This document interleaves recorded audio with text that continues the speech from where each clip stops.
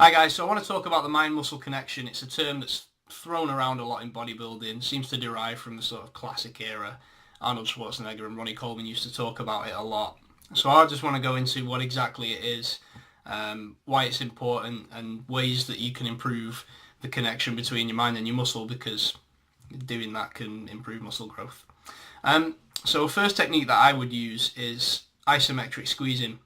So Arnold was mentioning in one of his videos, I think it was a blueprint to cut on the bodybuilding.com website, that a lot of beginners go into the gym and they just go through the motions, which basically means they go in, they perform their exercises, and they get out of there without having put their mind into the muscle when they're training. So they can come out, no pump, no real sort of mental focus. They've just gone in there and done what someone's told them to do, without putting real tension on muscles. And that's basically what the mind-muscle connection helps with. It helps you to put as much tension on the muscles as possible, which is obviously very important.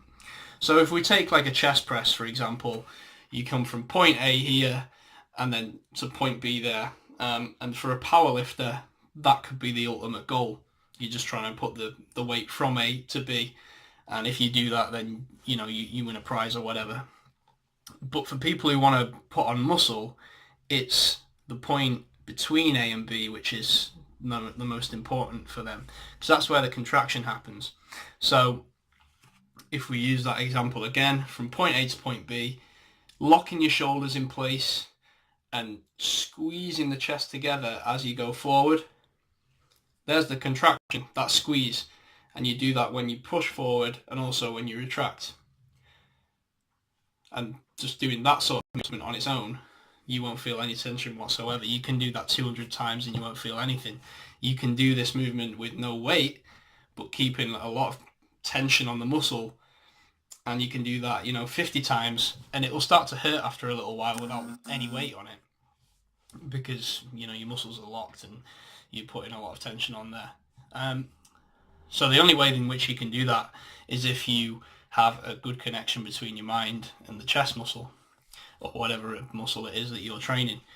Methods that I would use to do that are isometric squeezing. Rich Piana used to mention that a lot in his videos.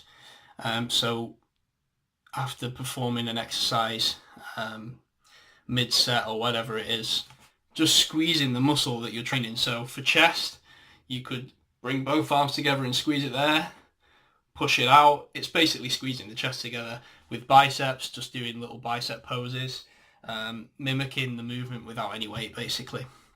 For muscles on the sort of the back of the body, it's a little bit harder because you can't see those muscles in the mirror, and also you can't see them directly in front of you. So they're the muscles that are notoriously hard to develop a connection with when you first start training.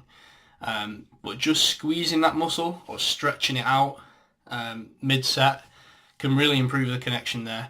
Another method that personal trainers tend to use is to tap the muscle of their client when they're performing a particular movement. So a lat pull down, I could be in this position and my personal trainer could just be tapping that area, and it just sends a signal to the brain that that's the muscle that you're targeting. So they're the methods that I would use. Isometric squeezing, which is literally just mimicking the movement without any weight, or mimicking the contraction. So bicep curl, just bringing your muscles up there and just squeezing maybe 20 times mid-set, after a set. Getting your training partner or your personal trainer to just tap the muscle that you're training, or just stretching, and you should develop a better connection with the muscles.